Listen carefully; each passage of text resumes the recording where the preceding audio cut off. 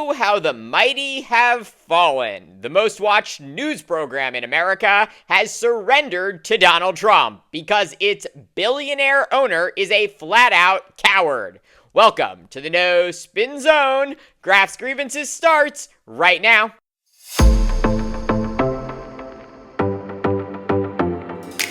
You probably already know this, but it's worth repeating. For the past 2 decades, traditional linear television, broadcast, cable, and satellite has been in freefall. That's because more and more people are cutting the cord and turning to streaming platforms like Netflix, Hulu, Amazon Prime, and Apple TV for their entertainment. As audiences flee traditional TV, so too does the money. With fewer viewers, networks can't command the same sky-high advertising rates that they used to. But even in this collapsing ecosystem, there are rare exceptions. Events like the Super Bowl and the Olympics still draw over 100 million viewers in the US. And in some cases, those numbers are actually growing. Still, outside of those rare mega events, almost everything else on traditional TV is losing ground. But one program continues to defy the trend: 60 Minutes. This 57-year-old news magazine doesn't just survive in this new media world, it thrives.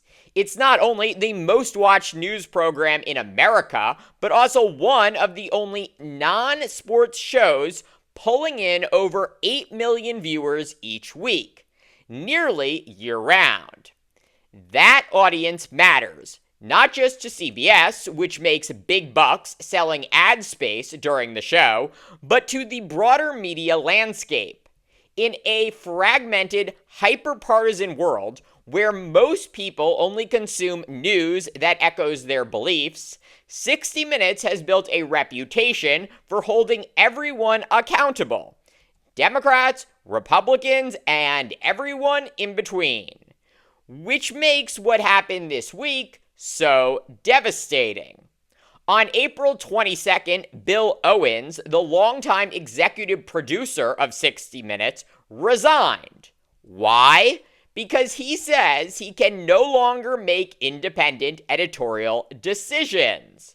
In a memo to staff, Owens wrote, quote, "Over the past months, it's become clear that I would not be allowed to run the show as I have always run it, based on what was right for 60 Minutes and right for the audience." He went on to write, quote, "So, having defended this show and what we stand for from every angle, over time, with everything I could, I am stepping aside so the show can move forward."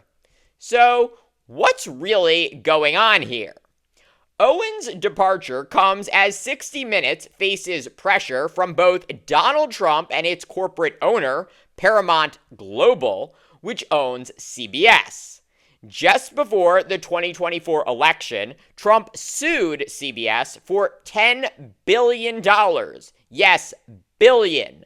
Accusing 60 Minutes of deceptively editing an interview with Vice President Kamala Harris. Legal experts across the board dismissed the lawsuit as a baseless stunt. But that didn't stop Shari Redstone, Paramount's controlling shareholder, from panicking. Why? Because she's trying to sell Paramount in a multi-billion-dollar deal that would personally net her more than $500 million. The catch? That sale needs approval from the FCC. And Trump has made it crystal clear he's willing to block it unless he gets something in return. So now, Redstone is bending over backwards to placate Trump.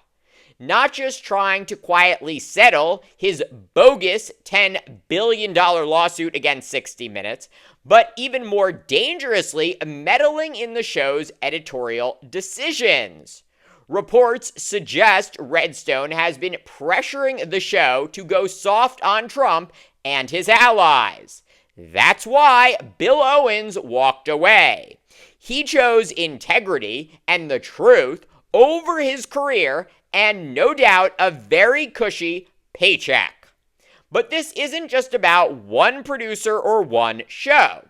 It's a sobering reminder of what happens when an aspiring authoritarian uses power to silence criticism, and a billionaire more interested in protecting profits than defending the truth is all too willing to play along.